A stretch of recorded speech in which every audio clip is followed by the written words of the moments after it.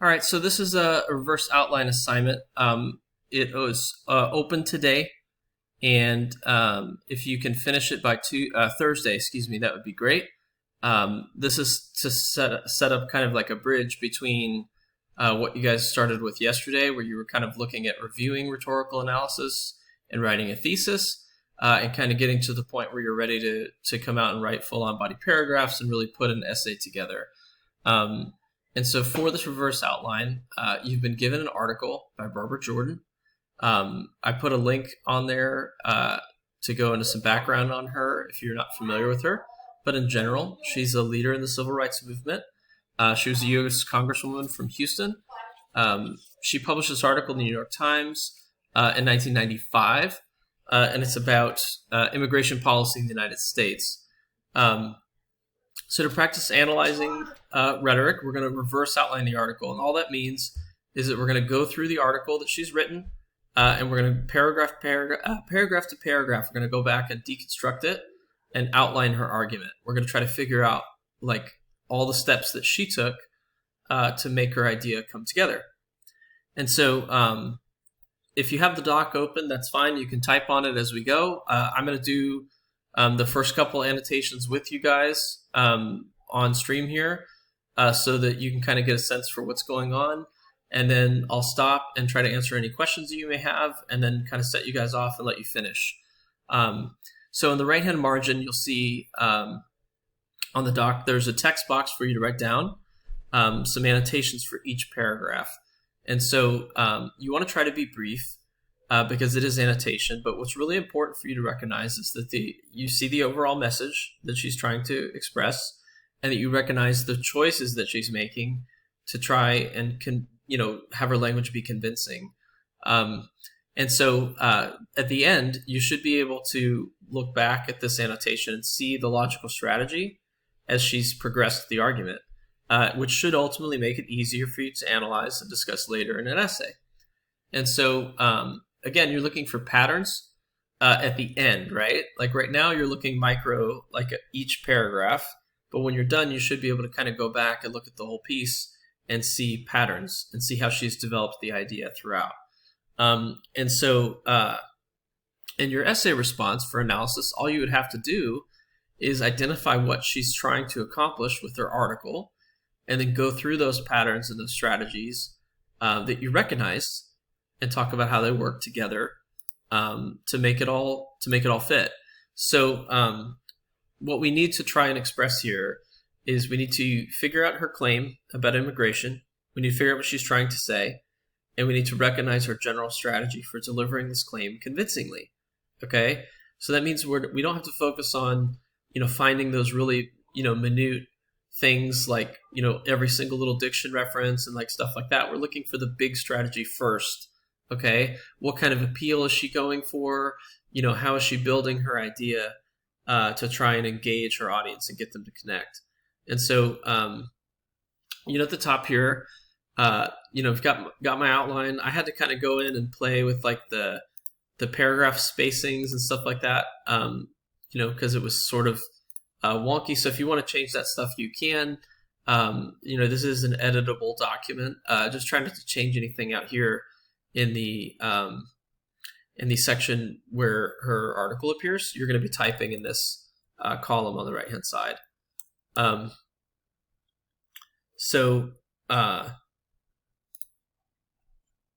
Yes, Joseph, you're suppressed, meaning that I've turned your microphones off. So if you want to ask questions, you have to type them in the chat. So here we go. September 11th, 1995 in the New York Times. Barbara Jordan writes this article, The Americanization Ideal. And so what we see here in the first paragraph, she says, Congress is considering legislation to curb illegal immigration and set priorities for legal admissions. Several presidential candidates have made immigration a keystone of their campaigns. Newspapers carry immigration-related articles almost daily, in contrast to just a few years ago, when hardly any appeared. Okay, so think about that background for a second and see if you can, connect the ideas with an intro, right? And we were assuming this is the beginning of the piece, and so that should be an intro.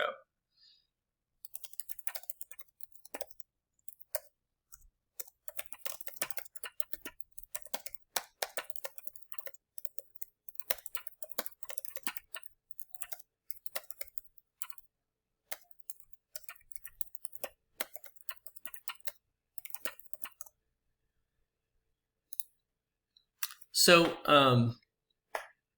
so when I look at this, I see it, pretty much as a standard introduction here. She's trying to get her idea out, right? She wants to establish relevance to the topic here, and I think she does.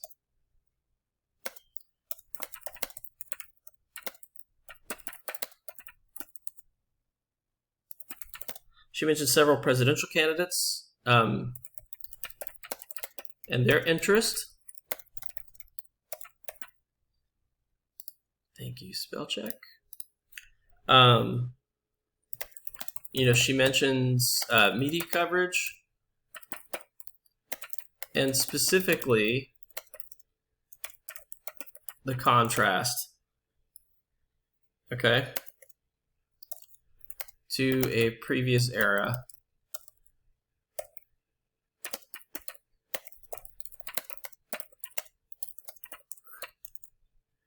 And so when she says, in contrast to just a few years ago when hardly any appeared, when she says that, I have to think and say, okay, it's 1995. What has changed in society that she can point to in terms of this recent contrast, right?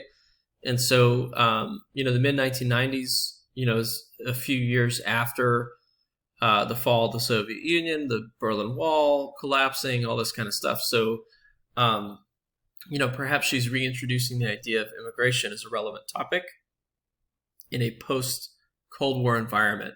That's kind of my, working hypothesis as we go. And so if we roll forward and kind of look at her next paragraph here, she's already introduced the idea. So at this point, I'm expecting her to be working towards a claim. She says this attention is not misplaced. Reform is needed in policies that permit the continued entry of hundreds of thousands of illegal aliens and blur distinctions between what is legal and beneficial and what is illegal and harmful. The Commission on Immigration Reform issued a report last year on illegal immigration and will release its second report on legal migrants tomorrow. These two reports outline a rational set of principles that will restore credibility to our policies while setting priorities for the future. And so she's kind of, I guess, giving you an update at this point. She's transitioning.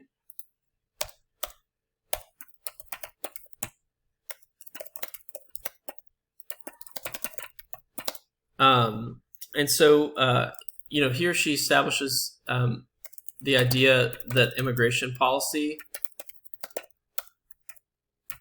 is outdated and needs reform. Perhaps, she is considering the fact that the world has changed, right?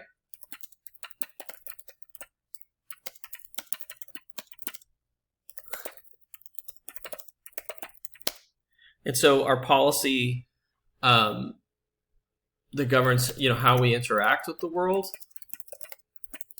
should also change. So, she kind of gets to that here. She wants to outline a rational set of principles that will restore credibility. Okay. So this word restore suggests that, she wants policies that are going to be more reflective to values or principles that our country had in place before this time of separation that we've just been through, which again, I think is an allusion to the Cold War era, even though she's not saying that out loud. And so when we get down to this third paragraph, where she talks about legitimate concern about weaknesses in our immigration policy. Um, she's saying that they shouldn't obfuscate what remains the essential point. The United States has been and should continue to be a nation of immigrants. A well-regulated system of immigration is in our national interest. This is where you start to get down to her claim, right? And so, which is good. I mean, this is good pacing for an argument. She's established some relevance. She's introduced the topic, and she's also transitioned towards this idea of relevance by talking about how the policy is outdated and how we need to make a rational set of principles that's going to restore our credibility, our relationship with international societies. And so when she gets down here to her claim, she's reflecting this nature, right?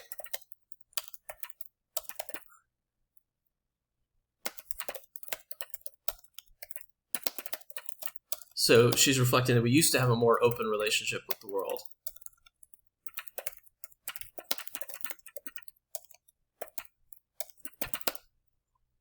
And that we should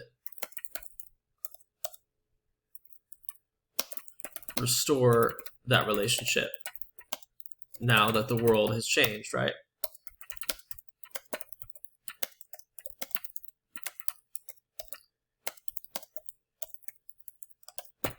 And so, again, she doesn't specifically mention the Cold War, but if we're looking at the timestamp on the article being 1995,